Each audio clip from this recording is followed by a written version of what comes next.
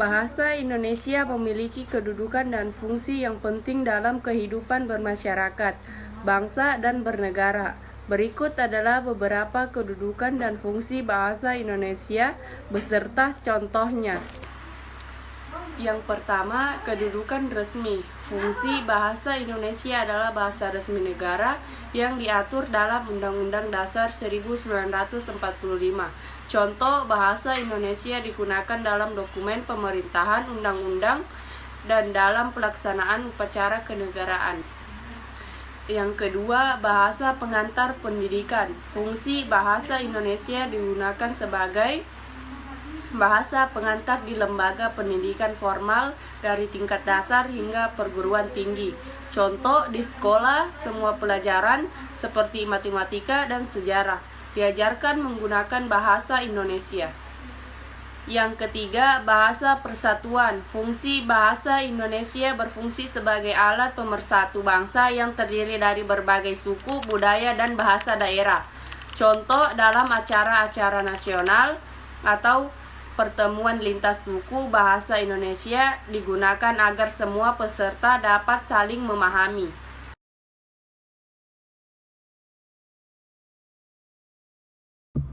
Ragam bahasa Indonesia merujuk pada variasi bahasa yang digunakan dalam konteks sosial daerah atau situasi tertentu. Contohnya, yang pertama, ragam formal digunakan dalam situasi resmi seperti pidato atau dokumen resmi. Contoh, dengan hormat, saya mengundang Anda untuk menghadiri acara tersebut. Yang kedua, ragam informal digunakan dalam percakapan sehari-hari. Contoh, ayo kita ngumpul di kafe nanti. Yang ketiga, ragam daerah, variasi yang muncul karena pengaruh daerah tertentu. Contoh, bahasa Betawi atau bahasa Jawa. Yang keempat, ragam slang, bahasa gaul yang sering digunakan oleh kalangan tertentu. Contoh, gue mau nongkrong dulu.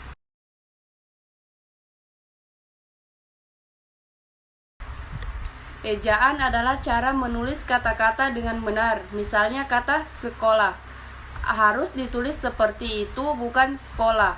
Jadi ejaan membantu kita agar semua orang bisa mengerti tulisan kita. Tanda baca adalah simbol yang kita gunakan dalam kalimat untuk menunjukkan cara membaca atau memberi makna. Misalnya titik digunakan di akhir kalimat. Seperti dalam kalimat saya suka bermain, koma digunakan untuk memisahkan bagian-bagian dalam kalimat seperti saya suka apel, jeruk, dan pisang.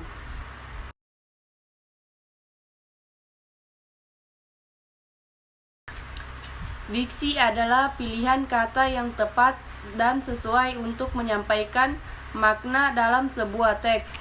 Contohnya, ia berlari dengan cepat, menggunakan diksi yang sederhana, sedangkan ia meleset dengan kilat, menggunakan diksi yang lebih puitis dan menggugah imajinasi.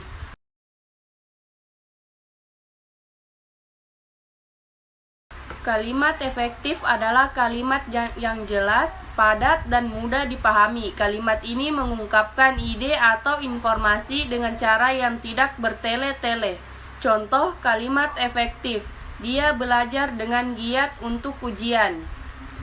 Penjelasan dari contoh tersebut yaitu kalimat ini langsung menyampaikan informasi tentang subjek, dia, aktivitas belajar, dan tujuan ujian. Tanpa kata-kata yang tidak perlu, kalimat efektif membantu membaca atau mendengar memahami